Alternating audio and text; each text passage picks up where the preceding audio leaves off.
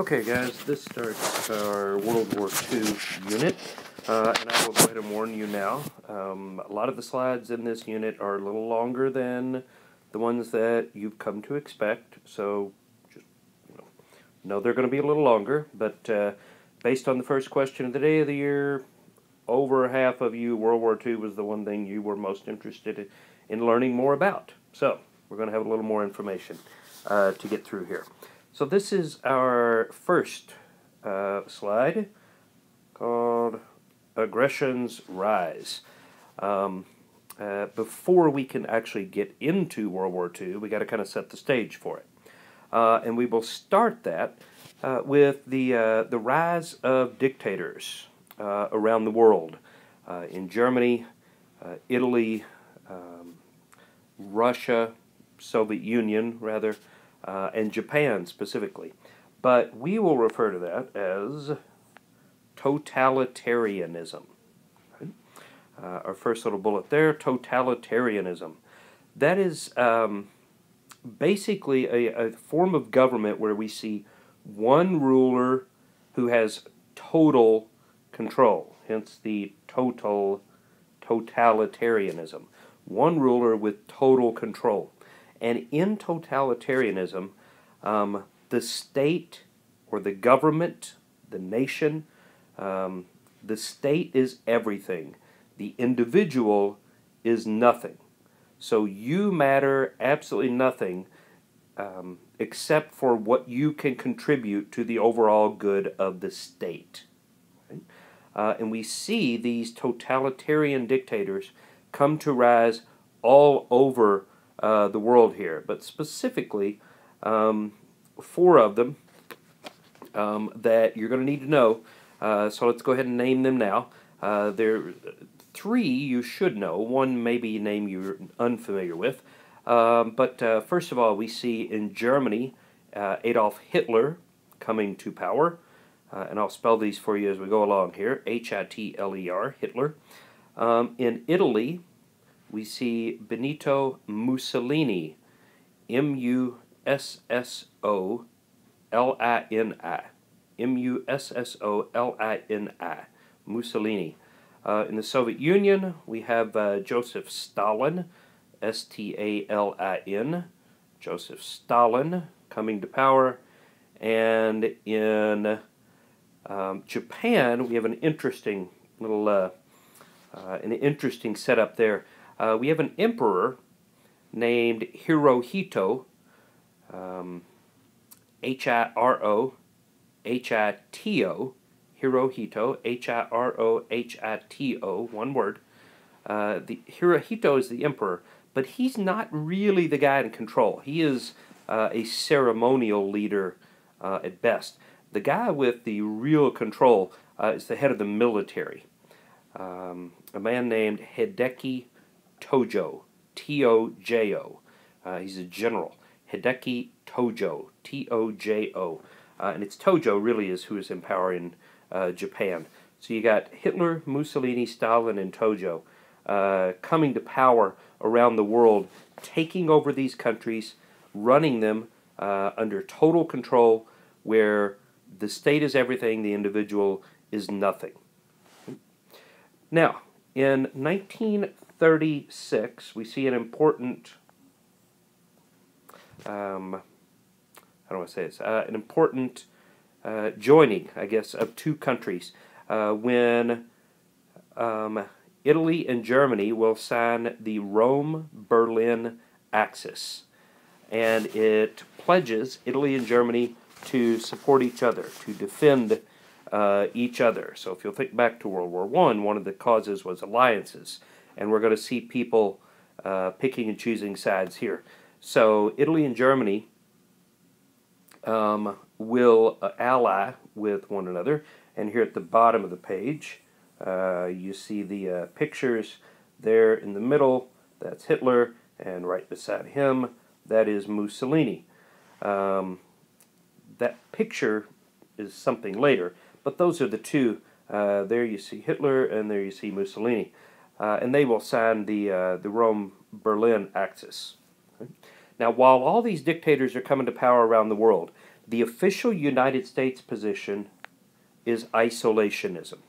The United States, since World War I, throughout the 20s and now into the 30s, the official position on world events has been isolationism, especially in Europe. Let Europe take care of Europe's problems. We've already got dragged into one war there. We don't want to get dragged into another one. So while all these dictators are coming to power around the world, the United States simply allows it to happen.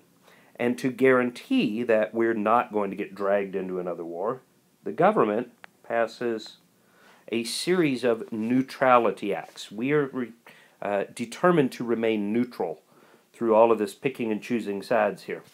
And the Neutrality Acts of 1935, 36, and 37 do three very specific things that you're going to need to know. Okay?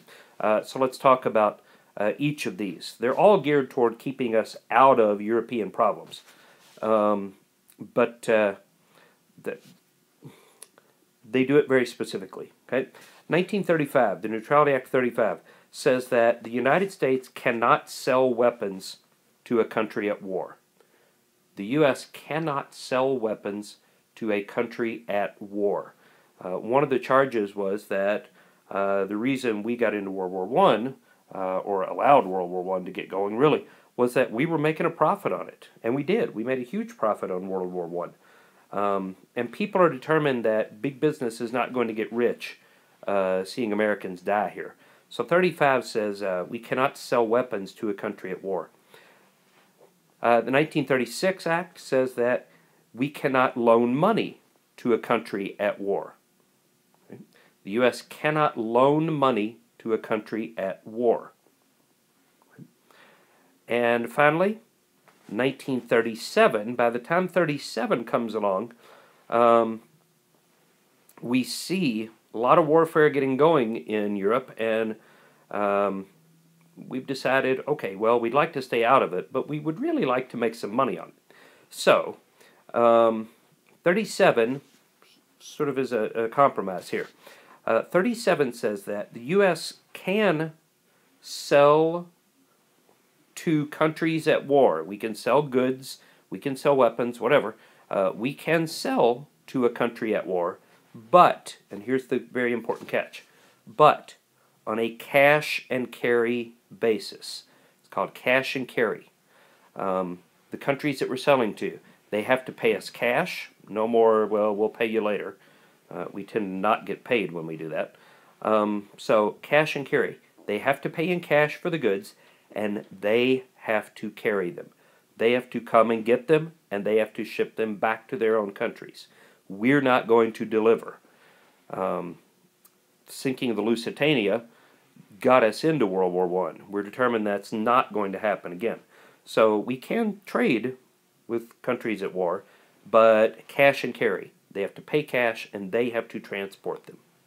Okay? This is a good time to talk a little bit about here U.S. isolationist views and trying to stay neutral and all that. If you look at the top of the slide here, this political cartoon, specifically about U.S. isolationism, you probably recognize the drawing here. This is a cartoon by Dr. Seuss of, you know, Cat in the Hat, Green Eggs and Ham, Horton Hears a Who, all of that fame. Before he did all of those, Dr. Seuss, whose real name was Theodore Geisel, had very strong opinions about World War II. He believed that the U.S. should not be isolationist, that we should be involved, helping prevent World War II, or once it started, helping win World War II. So there you see his political cartoon sort of mocking U.S. isolationism. Get your ostrich bonnet here. Relieves Hitler headache. Forget the trouble, forget the terrible news you've read. Your mind's at ease in an ostrich head. So you buy your ostrich bonnet, stick your head in the sand, and pretend nothing's going on. It didn't work, okay, obviously. So Geisel has some, or Dr. Seuss, has some very hard opinions about World War II. Okay. All right, let's get back to our story. German militarization. Okay. If you'll recall, one of the conditions of the Treaty of Versailles after World War I was that Germany couldn't have military. Well, Hitler decides he's had enough of that. Once he comes to power, he announced that there will be mandatory military service for young men in Germany. They're going to have to serve in the military. And he starts rebuilding the German military. He builds an air force. He builds mechanized ground divisions, such as tanks. This is also when he starts and begins the extermination program of nearly 6 million Jews. So Hitler is going to rebuild the military. And to prove he can, if you'll notice on the map here, one of the things he does is he sends his new military into this area right here, known as the Rhineland. It's the border between France and Germany. And France was very nervous after World War I that Germany was going to invade again. So they create the Rhineland, as you see here in the key, that it says it is a demilitarized zone. Not supposed to be any military in there. Well, Hitler marches his military into the Rhineland. France gets very nervous, but the League of Nations does absolutely nothing about it. Okay.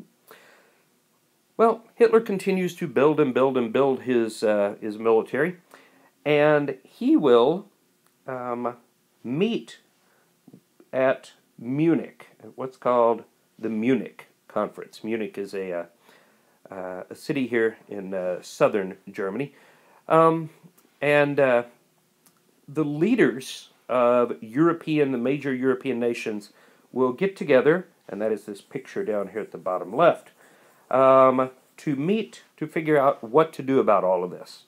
Hitler says, okay, look, there's only one more piece of land that I am interested in, and it is right here, this orange piece of land right there, known as the Sudeten land.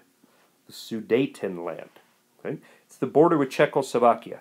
Hitler says it's rightfully German. If you all will give me the Sudeten land, I will be done. I will make no more land claims, and Germany will be reunited.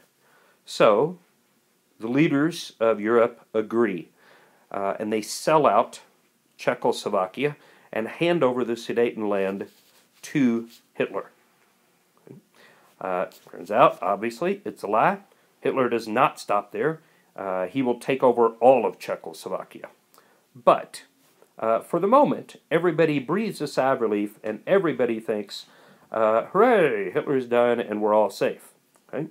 Particularly this man down here in the lower left-hand corner. Very important figure here. This is the British Prime Minister. Okay? His name is Neville Chamberlain. Neville Chamberlain. Chamberlain. Chamberlain. Chamberlain. And Prime Minister Chamberlain goes home from Munich to the United Kingdom, to England, sets up a press conference and delivers a famous quote. He says, "We have achieved peace in our time. Peace in our time." Except we hadn't. Everybody thought, good, Hitler's done, we're all saved. No, we're not. And especially based on what Hitler does next. He signs a non-aggression pact with the Soviet Union. Germany and the Soviet Union sign a non-aggression pact. They're not going to fight each other. Stalin and Hitler get together. Neither one completely trusts each other, but they agree they're not going to fight each other. Okay? They're not going to be allies. They're just not going to fight each other. Non-aggression. Okay? Now, it is very bad news for France, because with Germany not having to worry about the Soviet Union in the East, they can turn their entire attention to France in the West. Okay? Now, it's hard to see on this map here, but if the map were to continue, way over here would be the Soviet Union, and here's Germany. In between, this country right here, okay, this is Poland. Okay? And Hitler doesn't entirely trust Stalin. Stalin doesn't entirely trust Hitler. And they both believe they can't, that this peace isn't going to last. Eventually, one's going to attack the other. Hitler doesn't want the fighting to occur in Germany. Stalin doesn't want it to occur in the Soviet Union. So, where is the fighting going to occur? In Poland, right in between. Okay. In 1939, September 1939, Hitler will invade Poland. Stalin figures, well, I'm going to invade Poland too. And Poland gets divided. The eastern part falls under Soviet Union control. The western part falls under German control. So if they're going to end up fighting each other, they both agree, let's fight in Poland, not in our own home countries. When Hitler invades Poland in 1939, the war begins. Britain and France declare war on Germany. Germany and Italy are already allies, as we know. Will declare war on Britain and France, and everybody's picking and choosing sides. Meanwhile, in the United States, we're still trying to stay out of this mess. We passed one more Neutrality Act in 1939. This is the last one. And the Neutrality Act of 1939, President Roosevelt will declare that Americans and American ships can no longer sail to Europe. We're not going to Europe. We're not sailing to any port of any country at war, and basically that's all of Europe. So Americans cannot travel there. We cannot send materials there. This is a last-ditch effort to keep America out of the war and keep Americans from getting killed. Okay. Now we enter what's known as the phony war. This is several months long. After Germany has invaded Poland and everybody has declared war on everybody else, nobody does any fighting. There's about a 3-4 month period or so where nobody fights anybody. Everybody, though, is getting ready for the fighting. For several months, all these countries just start moving their pieces around the chessboard. They're maneuvering their armies to where they want them, trying to outflank one another. So the first few months of actual war being declared in World War II, there's no fighting. Okay? It's everybody getting ready to fight. So it's everybody moving their pieces around. Okay? Much like they did in World War I, Germany's going to do something real interesting here at the beginning of the actual fighting. Okay? They're going to send their armies not directly at France. Right? Instead, just like they did in World War I, they're going to take their armies through Belgium and come up around behind the French, capturing them in the middle, and within a period of several months, France is taken out of the war entirely. Okay. Now, let me get rid of my arrows there, because I'm going to need that space. All right. We have one more big sort of battle here, the first real fighting here, that we need to talk about. And it takes place at Dunkirk. Okay? That's the English spelling. It's a French village. But it is, let me draw a little circle here for you. Dunkirk is right about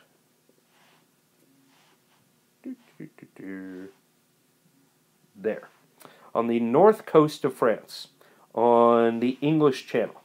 Okay? That is Dunkirk. The British Army has been in France fighting the Germans. Okay? And they have withdrawn into the coastal town of Dunkirk. And they've withdrawn about as far as they can go. They can't go any further. They're standing on the beaches, literally. Germany has the town surrounded, and the bulk of the British Army is trapped. Okay? Almost 400,000 British soldiers fighting in France have withdrawn to Dunkirk, and they're waiting to be ferried across the British Channel to safety. But they can't get out. Right? The Germans have surrounded the town, threatening to wipe out the entire British Army and effectively end the war. Right? Hitler has sent in his military air force in light numbers. They go on strafing runs, they shoot with machine guns, but they never full-out attack, and nobody's sure why. This is the first of the huge, giant mistakes that Hitler will make in this war. he should have wiped out the British at Dunkirk, but he doesn't. And the British will start with something called Operation Dynamo. And Operation Dynamo will evacuate 338,000 British soldiers. Some French, some Belgian, mainly British though. 338,000 British soldiers are evacuated from Dunkirk. Basically, they send in anything that will float. Churchill puts out a plea for anyone with boats to help. So they end up with yachts, tugboats, fishing boats, rowboats, you name it. If it will float, they send it to the beaches at Dunkirk. They load up soldiers, and they take these little boats, as they're called, offshore and load these men onto naval vessels. But it is a deadly trip from the naval ship to shore, back and forth. These little boats are under constant attack by German aircraft. But they make it. 338,000 soldiers escape. It's called the Miracle at Dunkirk. And it is a huge mistake by Hitler not to wipe out the British army when he had a chance. Okay. Last thing here, America awakes. The United States realizes that it's not going to be able to stay out of this war forever. We're going to have to get involved. France has been wiped out. The only thing standing between Hitler and the entire continent of Europe is Great Britain, and they're going to need help. So America realizes we're going to have to get in this war. So Congress passes America's first peacetime draft, authorizing Congress to rebuild our military. Over 1 million soldiers a year will be drafted. And it's the first time we've had a draft in peacetime. Because remember, we're not technically at war yet. But we realize we're going to have to get there. Okay? So, I know it was a long slide, but there's a lot of information there. That is good news, though. That is the longest slide of this unit. So, they will get shorter from here on out. But that sort of sets the stage for America kind of getting into the war here.